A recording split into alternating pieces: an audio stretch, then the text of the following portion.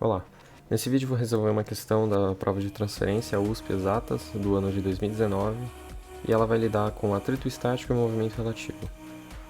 Vamos ao enunciado da questão. Então aqui ele vai dizer que tem dois blocos, um de massa e um de massa mão. O bloco de massa mão e o bloco de massa inicialmente eles estão em repouso. O bloco de massa mão está conectado a uma mola de constante elástica K e ele pede que após a compressão dessa mola de um ΔX, ele pede o coeficiente de atrito mínimo que deve existir entre as superfícies desses blocos para que não haja escorregamento entre eles. Uma informação que não está contida nesse texto do slide é a ausência de atrito entre a plataforma cinza e o bloco emão. Então ele pede para você desconsiderar quaisquer atritos entre o bloco de massa emão e a plataforma cinza. Eu vou sugerir duas soluções para essa questão e a primeira delas vai tratar sobre referencial não inercial. Bom, o que é um referencial não inercial? É um referencial que está acelerado. E como você deve imaginar, a gente vai mudar o referencial para o bloco de massa emão.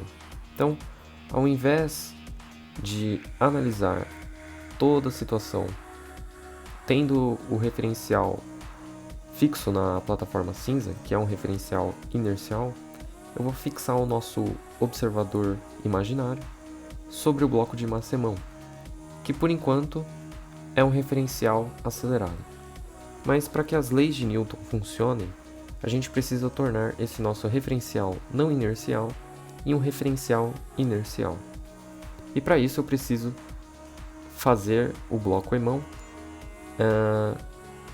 estar na situação de repouso. E para isso eu preciso fazer uma adaptação matemática ou uma adaptação vetorial. Essa adaptação vetorial consiste em aplicar um campo gravitacional fictício sobre todos os corpos aqui. Como você sabe, pela segunda lei de Newton, a força elástica vai ser a resultante horizontal sobre o bloco emão. E, pela segunda lei de Newton, a gente sabe que essa força é igual a massa vezes a aceleração do bloco emão. Então, se eu aplicar um campo gravitacional fictício horizontal de sentido oposto ao da força elástica, a gente gera, digamos assim, uma força-peso. Então, em todos os corpos vai existir uma força-peso, mas que ao invés da gravidade ser a aceleração, a gente está tratando de uma aceleração que está associada à força elástica. E é exatamente o que eu fiz sobre o bloco eminho. Eu não fiz sobre o bloco emão porque não vai fazer diferença para a resolução. Mas o correto seria aplicar essa força fictícia em todos os corpos. Então, aplicando essa força fictícia sobre o bloco eminho, você fica com essa configuração. Lembrando, é claro, que o nosso observador imaginário está posicionado sobre o bloco emão, que agora se tornou um referencial inercial, já que a gente tornou a situação do bloco emão uma situação de repouso. Então, tendo como referencial o bloco emão, para um observador sobre esse bloco emão, o que ele veria na iminência do movimento do bloco eminho? Ele veria que o bloco eminho se projetaria para a esquerda e a força de atrito tem o seu sentido dado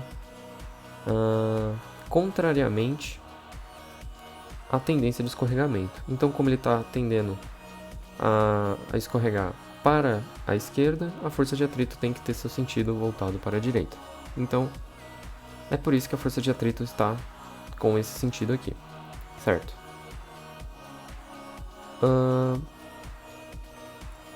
Uma outra coisa. Novamente, para um observador imaginário sobre o bloco emão, ele vai ver o bloco eminho parado, né? Já que essa é uma condição a ser satisfeita imposta pelo exercício. Então a gente pode dizer que a força resultante sobre o bloco eminho tem que ser nula, certo? Isso significa o quê? Significa que o módulo da força de atrito é o mesmo módulo que essa força fictícia. E com isso você consegue terminar o exercício, né? Então, eu escrevi aqui que no referencial do bloco emão, imprime-se a componente menos MA sobre o bloco eminho. Esta, então, a gente determinar quem seria esse Azinho, essa aceleração. Então, a força elástica, ela tem que ser dada por essa expressão, e você facilmente consegue isolar a aceleração. Lembrando que a força elástica é K vezes o tanto que deformou, e aí você isola, faz a operação aí. E aí, como eu disse anteriormente, o módulo da força de atrito tem que ser igual ao módulo dessa força fictícia. A gente sabe que o módulo da força de atrito é dado por μ normal, a normal claramente é o peso, e facilmente você obtém uma expressão que determine o coeficiente de atrito mínimo entre as superfícies desses dois blocos. Né? Bom, a segunda solução ela vai ser dada a partir de uma análise do referencial inercial. Então vamos ler o texto. No referencial inercial, o bloco M tende a se movimentar no mesmo sentido que o bloco emão. O exercício impõe que não haja movimento relativo entre os dois blocos, logo suas acelerações são iguais. Certo, então no referencial inercial eu vou estar considerando o meu observador imaginário estando presente nessa superfície cinza, já que ela está em repouso. E sendo assim, o que esse observador imaginário veria após a reação da mola, né? Bom, ele veria um empurrão sobre esse conjunto e, naturalmente, tanto o bloco eminho quanto o bloco emão, eles estariam indo no sentido direita, né? Certo, só que a condição do exercício é que não haja movimento relativo entre o bloco eminho e o bloco emão. E, para que isso aconteça, as acelerações do bloco eminho e emão devem ser as mesmas nesse referencial inercial. Vou dar um zoom aqui para a gente ter uma leitura melhor da imagem. Veja, agora a força de atrito ela está apontando para a esquerda. Na análise do referencial não inercial, essa força de atrito estava apontando no sentido direita. E por que isso acontece? Por que a inversão acontece, né? Bom, como eu disse anteriormente, o observador imaginário presente sobre essa plataforma cinza, ele vai enxergar um movimento no sentido para a direita dos dois blocos. Então a tendência de escorregamento na iminência de movimento do bloco eminho seria para a direita.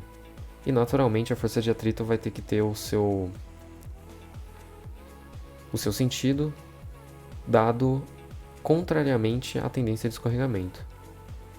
Então, se ele vai escorregar para cá, a força de atrito tem que apontar para a esquerda. Isso é claro no referencial inercial.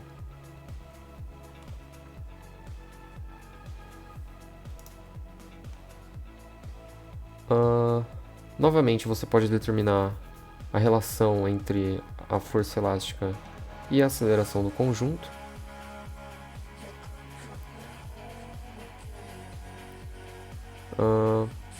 Veja que a força elástica ela age tanto nesse referencial quanto no outro, ela age sobre os dois corpos simultaneamente. Então, quando você for aplicar a força resultante, você deve levar em consideração também a massa eminho, e não somente a massa emão. E aí, novamente, você vai isolar a aceleração que é dada pela mesma expressão anterior. Agora vem uma sutileza. Anteriormente, eu disse que para o referencial não inercial, a força resultante do bloco eminho era nula. E aqui ela não é nula. Por quê? Porque na horizontal só tem uma única força agindo sobre eminho, que é a força de atrito. E ela não é nula. E se ela não é nula, existe uma resultante, que é justamente ela mesma. Então, ao contrário do que aconteceu anteriormente, aqui a força resultante não é nula. A força resultante é igual à força de atrito. E pela segunda lei de Newton, a gente sabe que a força resultante, que é a força de atrito, pode ser escrito como a massa vezes a aceleração daquele corpo.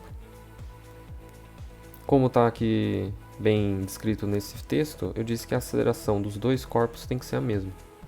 Então, se o bloco emão está sendo acelerado com essa aceleração, o bloco eminho também precisa ser.